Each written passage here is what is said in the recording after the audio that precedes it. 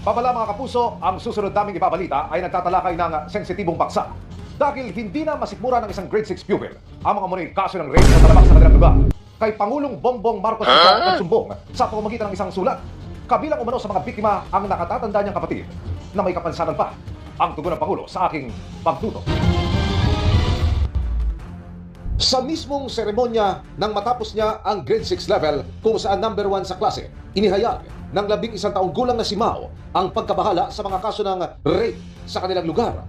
Tandang-tanda yan ni Camille Dowling, ang direkto ng ampunan kung saan na rin nag-aral si Mao. She gave a speech. She was the speaker kasi first in her class. She said to the people, I would like to ask for your permission. Meron kaming petisyon na for ni-sign nyo ng mga nandun na 200 people. I-submit ko po to sa munisipyo. Maglalakad po ako ng 14 kilometers. I'd like to ask for your permission. And then what she did was she walked out with a sign that said, I just want to go to school and not be raped. Pero ang panawagan hindi lang umabot sa munisipyo, kundi hanggang sa Malacanang.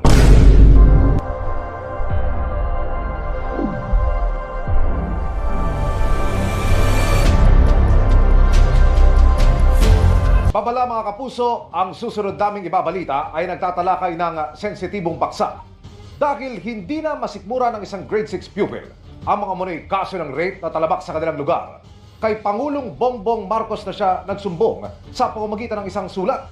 Kabilang umano sa mga biktima ang nakatatanda niyang kapatid na may kapansanan pa. Ang tugon ng Pangulo sa aking pagtutok. Sa mismong seremonya nang matapos niya ang grade 6 level kung saan number 1 sa klase, inihayag ng 11 taong gulang na si Mao ang pagkabahala sa mga kaso ng rape sa kanilang lugar.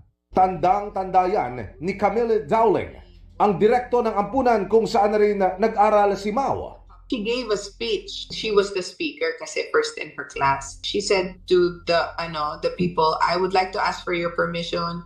Meron kaming petisyon na for ni-sign nyo ng mga nandun na 200 people. I-submit ko po to sa munisipyo. Maglalakad po ako ng 14 kilometers. I'd like to ask for your permission. And then what she did was she walked out with a sign that said, I just want to go to school and not be raped. Pero ang panawagan hindi lang umabot sa munisipyo, kundi hanggang sa Malacanang. Mag-aanin na taong gulang pa lang si Mao nang kupkupin na ng mga Christian missionary sa bahay ampunang ito sa Tinambak, Camarines Sur. Kasama niya sa shelter ang ating may intellectual disability at inang kusinera sa ampunan. Dito na rin naging aktibo sa kawang gawa si Mao at naging mulat sa lipunan. Hanggang maisip na sulatan mismo si Pangulong Bongbong Marcos para idulog ang pang-aabuso sa mga kabataan sa lugar, kabilang ang paghahasaan niya sa ating may kapansanan. This was their idea. So I think napagod lang po talaga yung mga children and they wanted to stand up for yung kanilang mission. I'm not surprised sa kanyang love and bravery. We're very proud of who she is. Sa impormasyong nakalap ng GMA News, mula sa isang nakakaalam ng kaso, 2 beses ginahasa ang ate ni Mao. November 17, 2022. Tapos Feb 14, 2023. When she was raped, she was 22 years old and she's special. She's a special child siya. So she has an IQ of 50. She was coming home from school. She was about 50 meters, I believe, from her house. And then she got raped. She was raped twice. The first rape was at gunpoint. And then the second not at gunpoint. Nabuntis ang biktima at pinilit ng suspect na ipalaglag ang nasa sinapupunan. They kidnapped her through one of the tauhans and they took her from Tinambak to Montalban kung saan pinaras pa yung child. Ang suspect, anak ng isang barangay kagawad sa kanilang lugar na nakakulong na ngayon. A case has been filed against the rapist, but the kidnapping has not been filed. Ayon pa sa informante, hinahanap din ang isa pang anak ng kagawad na gumahasa naman sa isa pang dalagang taga roon. The elder son of the Kagawad raped another girl in 2018. The Kagawad, he has these sons. 2 of them have raped children in our community. Sa tugon ni Pangulong Bongbong Marcos sa liham ni Mao, sinabi niyang nagalit siya sa mga ikinikwento ni Mao. Tiniyak din ng Pangulo ang kaligtasan ni Mao at mga kapatid nito at ang paghahanap sa mga gumawa ng masama sa kanila. Nangako din ng tulong ang Pangulo kay Mao at sa kanyang mga kapatid. Si PNP Chief Jose Melencio Nartates naman, iniutos ang pagsisiyasat sa kaso.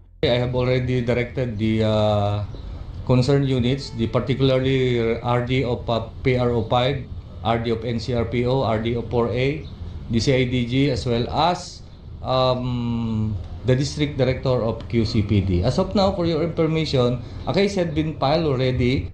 As to the case of abortion in Montalban, we are looking after this person.